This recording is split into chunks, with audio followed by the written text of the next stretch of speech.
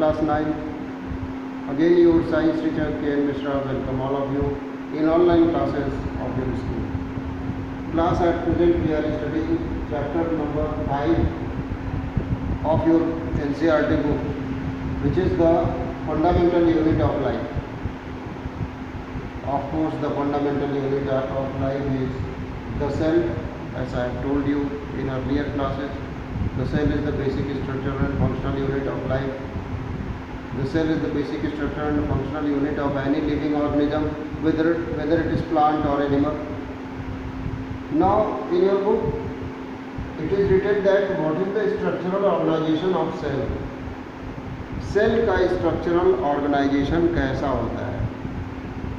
In broad way, if we think about a cell, if we take example of onion peel, if we observe a slide of onion peel under light microscope, then we are able to recognize only three things in a cell.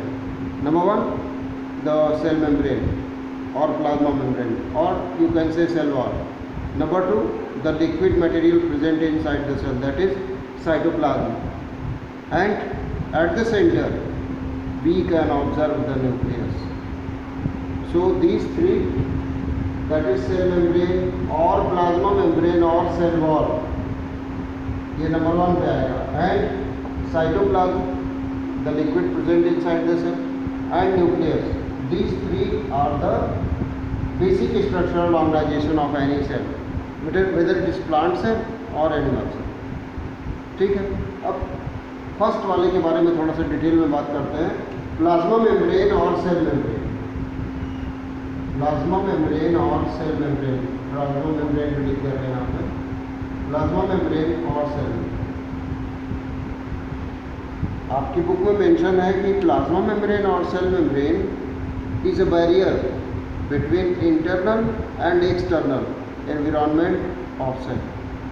Cell के बाहर के external environment और अंदर के internal environment के बीच में एक barrier का काम करता है ये प्लाज्मा मेम्ब्रेन या सेल मेम्ब्रेन. ठीक है. इसका मतलब ये हुआ कि this cell membrane allows various things. This cell membrane permits something from external environment to internal environment movement. So movement of something, movement of some selected particles through plasma membrane allowed by this structural organization of cell. In your book it is written that this is the outermost covering of the cell that separates the content of the cell from its external environment. ये plasma membrane के बारे में लिखा हुआ है. The plasma membrane allows or permits the entry and exit of some materials in and out of the cell. ये permit करता है. ठीक है. और आगे लिखा हुआ है it also prevents movement of water and some other materials to and fro, भीतर और बाहर. How does the movement of substance takes place into the cell? How do substances move out of the cell? ऐसा कैसे possible है? किसी cell के भीतर से मूवमेंट, किसी भी लिक्विड का बाहर की तरफ मूवमेंट कैसे पॉसिबल है, कैसे होता है, ये हम देखते हैं थोड़ा सा. पहले तो कॉन्सेंट्रेशन ग्रेडियंट से ये मूवमेंट होता है.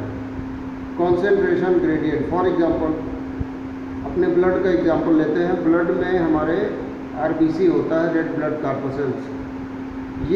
इस रेड ब्लड कॉर्पसेल्स में हीमोग्लोबिन होता है. Haemoglobin is capable to bind with 4 molecules of oxygen.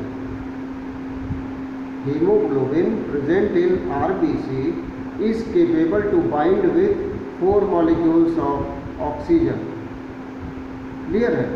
तो अगर ऑक्सीजन हीमोग्लोबिन पे लोडेड है, ऑक्सीजन अगर हीमोग्लोबिन पे लोडेड है, तो ये ऑक्सीजन कैसे आया? जब हीमोग्लोबिन के भीतर, हीमोग्लोबिन मॉलिक्यूल के भीतर ऑक्सीजन का कंसंट्रेशन कम होगा, तो बाहर से ऑक्सीजन मूव करेगी हीमोग्लोबिन के भीतर और जब हीमोग्लोबिन के भीतर ऑक्सीजन का कंसंट्रेशन अधिक होगा तो वो ऑक्सीजन हीमोग्लोबिन मॉलिक्यूल के भीतर से बाहर की तरफ मूव करेगी।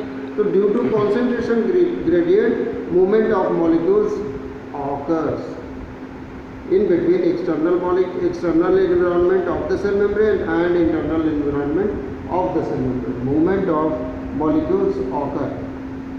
आगे आपकी बुक में दिया हुआ है कि something similar to this happens in cell when, for example, some substances like CO2, which is cellular waste and require to be excreted out by the cell immediately. ठीक है, तो CO2 कैसे निकलता है ये हम आपको बताएं। इस प्रोसेस को लिखा हुआ है, कहते हैं डिफ्यूजन। इस प्रोसेस को डिफ्यूजन कहते हैं जब कंसंट्रेशन ग्रेडियंट की वजह से मूवमेंट होता है, हायर कंसंट्रेशन से लोअर कंसंट्रेशन की तरफ मॉलिक्यूल्स मूव करते हैं, मूवमेंट होता है, तब इसको हम कहते हैं डिफ्यूजन। तो diffusion occurs always in liquids, not in gases, not in solids. After that, water also plays the law of diffusion. The movement of water molecule through such a selectively permeable membrane is called osmosis. Diffusion और osmosis में थोड़ा सा difference है। जब selectively permeable membrane के through movement होता है molecules का, तब इसको हम कहते हैं ऑस्मोसिस। और जब कॉन्सेंट्रेशन ग्रेडियंट की वजह से मॉलिक्यूल्स का मूवमेंट होता है, तब हम उसको कहते हैं डिफ्यूजन। ठीक है, आप डिफ्यूजन और ऑस्मोसिस में डिफरेंस आज लिखिएगा। Right difference between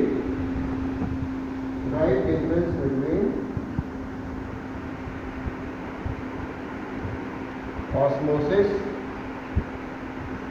and diffusion.